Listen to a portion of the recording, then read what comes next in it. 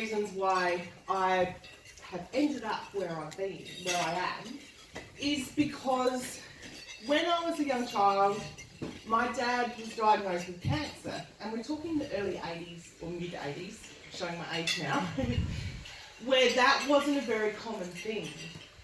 And as a 9-year-old, what I hated and what I used to get really frustrated with was people's reaction to that.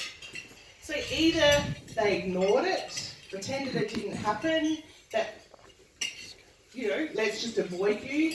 People would cross the street and avoid talking to our family sometimes, or it could have been the opposite, which was being completely over the top and telling us what we were feeling.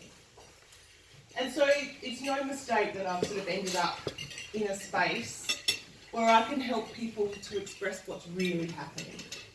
Because life happens.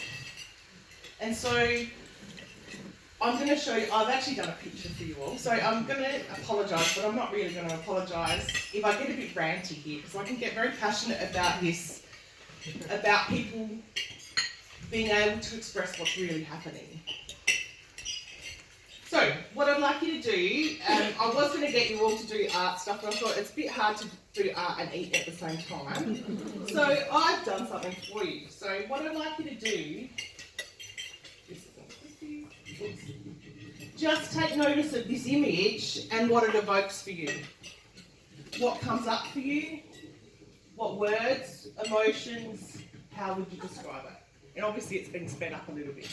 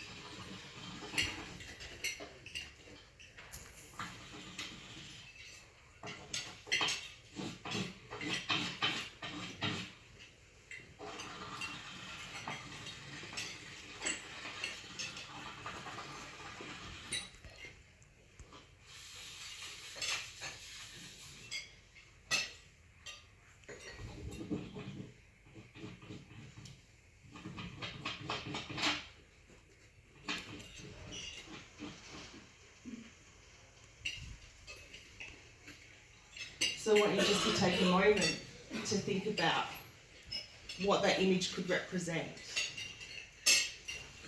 So I'm going to ask you just to yell out a few words. How would you describe what you see? Angry and dark. Angry and dark, yeah. Frustrated. Frustrated. Intense. My brain might have PTSD. My brain may have PTSD, we'll come back to that. Dark chaos. Dark chaos. Being caged. Yeah. Being caged in, yeah. Covering up the problems. Covering up the problems. Complex. Complex. Layers of Obliteration. Obliteration, layers of pain. This is a representation of my brain when I'm not doing so well. Actually, it's a lot worse than that, but I'm doing really well at the moment, so I can't access that point, and thankfully I don't need to at the moment. But that's what happens when you've got post-traumatic stress, and that's what my brain looks like. So here's the image. We've got so many things to juggle. And this is what I'd like to do with it. This is what I would love, is that my brain isn't like this. But the reality is, it's in pieces at times, and it is like this. This is the truth. This is what really it feels like and is like. And for me, it's confusion, it's caged, it's all of those words that you described. It doesn't mean that I can't function in the world. It just means I need to function a little bit differently and manage it. So what was really interesting is I had a trigger at the doctor's, of all things. I was in the right place at the right time. I was going for a blood test to get my iron checked. And in the waiting room was a child playing with a toy, which was an aeroplane. And the parents were trying to keep them all contained, and let's entertain while we wait for the doctor. And the sound of a plane taking off was one of the buttons that the child had to push. And they pushed it and pushed it and pushed it and pushed it. So I'm sitting in the waiting room with this sound of, it was like bang, like a bomb going off in my head. It's just a kid's toy. So by the time I got into the doctor, I went for a blood test. But I walked out with a mental health care plan because I was in the right place where somebody said, "How are you?" And I was a mess.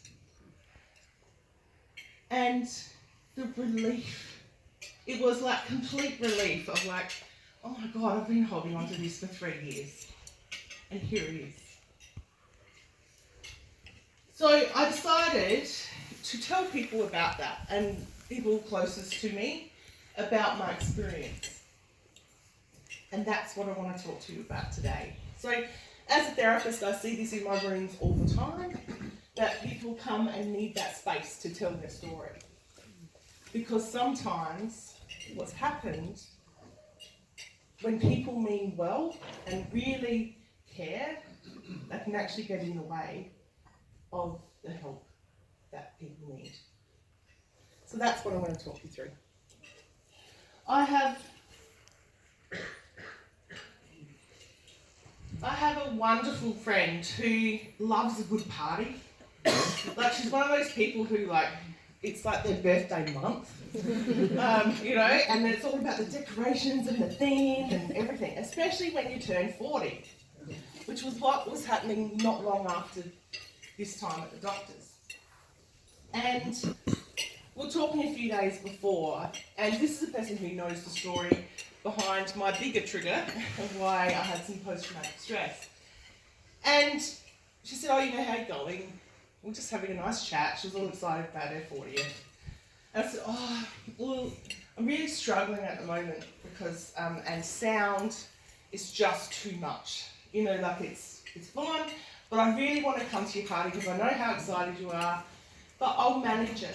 So if it's too noisy and whatever, I'll just go out and get some fresh air." And now I want to say, this is one of the most kind, caring, compassionate people you will ever meet. And she goes, "Oh, but it's my party, like it's my 40th, it's a big one, so can't you just put all that aside and be happy and just be there? And just forget about that for a little while." I was like, oh, why didn't I think of that?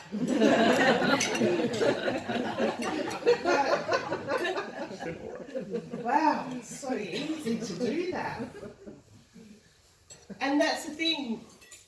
I wish I could bring my brain, give it a little phone call, and just be like, "Hello, brain. I've got my friend's 40th on Saturday afternoon. How you feel really foggy and all over the place and everything's heightened and it's all a bit too much. Can you please just put that aside? Because, we really need to have fun and be at this party and be amazing and be friendly to everyone. If you could do that by midnight Friday night, that would be fantastic." But that's not how it works. It's really hard to reset. And we need help with that. So I'm going to run you through some of the language and things that we need to do. Quite often people will come in and want to be superheroes. They're like, "Da-da, in we come, we're going to rescue, it's all going to be fantastic." But sometimes that superhero has an agenda. And it's not what the person who wants to be or needs to be rescued or talked to has. But there is a time when you do need to be that superhero. And that's when somebody is thinking of killing themselves. And I'm not going to soften language because I think we do that too much. Because this sort of comment, you're not going to do something silly, are you? Gives people no choice to talk about it. It's, are you thinking of killing yourself? Like, no mistake of we're not being wishy-washy with language here. Because I've had to ask that question a lot in my rooms. And often the answer is yes.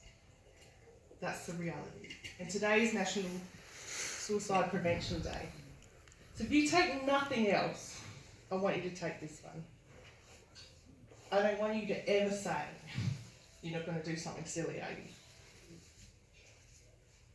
Are you thinking of killing yourself? And wait for the answer. Another thing I've noticed about what people quite often say is just be happy, just be grateful. All of these things, and Nicola alluded to it before, have an impact. And sometimes that's discounting, because behind the smile, behind the words, it can be a very, very different story.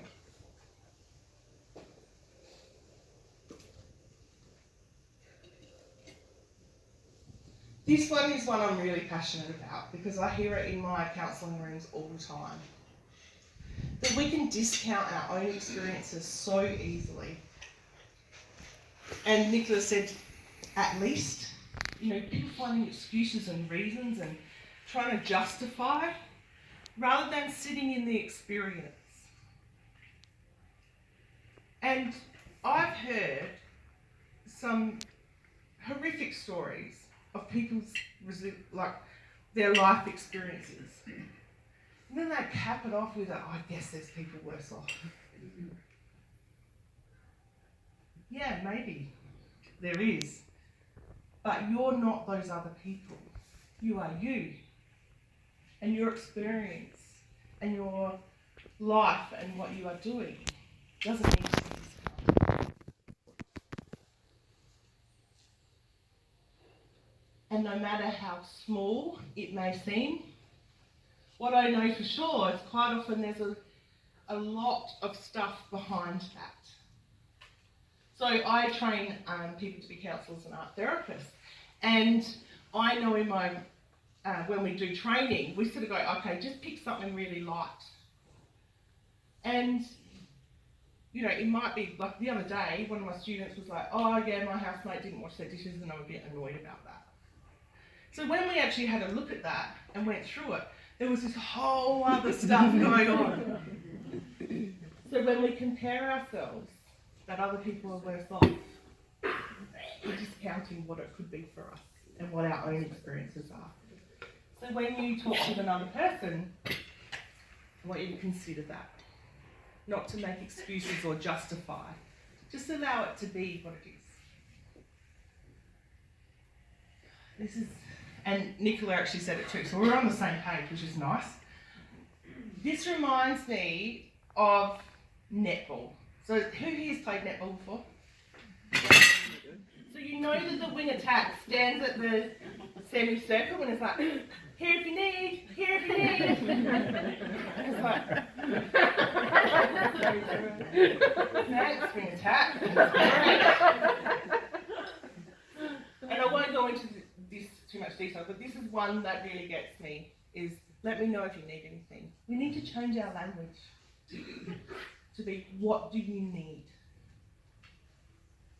So then the person who isn't okay can give you direction on what they actually need. Because when the biggest achievement for the day is getting out of bed, you're not going to ring someone to ask for help. We as caring people need to ask them, not only how they are you okay, but what do you need?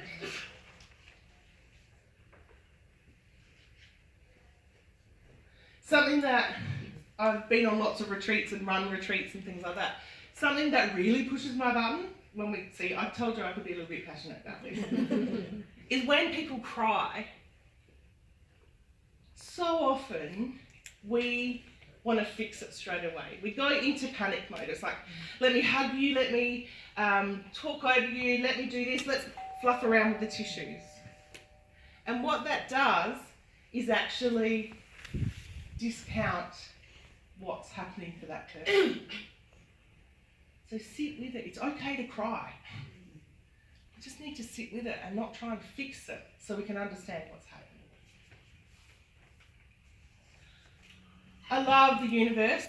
People talk about the universe all the time. This is, you've probably got my top 5 actually, of comments that I don't like. Things happen for a reason. How often do you hear this? So whenever somebody's in crisis and somebody says things happen for a reason, it's really offensive, actually. Has anyone ever had that said to you? Yes, our experiences really shape who we are as people. Often in hindsight, they make us who we are. We learn skills, we have gifts from our experiences. But to say to somebody when they're in crisis or not doing okay, oh, this all happens for a reason, is really offensive, I think. I think it's quite violent, actually. So, this is my top one. Be strong. And when we think about that, it's a very old-fashioned way of being. That's the old way. Let's sweep it under the carpet. Let's be stoic. Let's just pretend it's all not happening. And luckily, we're in an age where vulnerability, and thanks to Brené Brown, has done incredible work on this, the vulnerability is the greatest strength I've ever seen.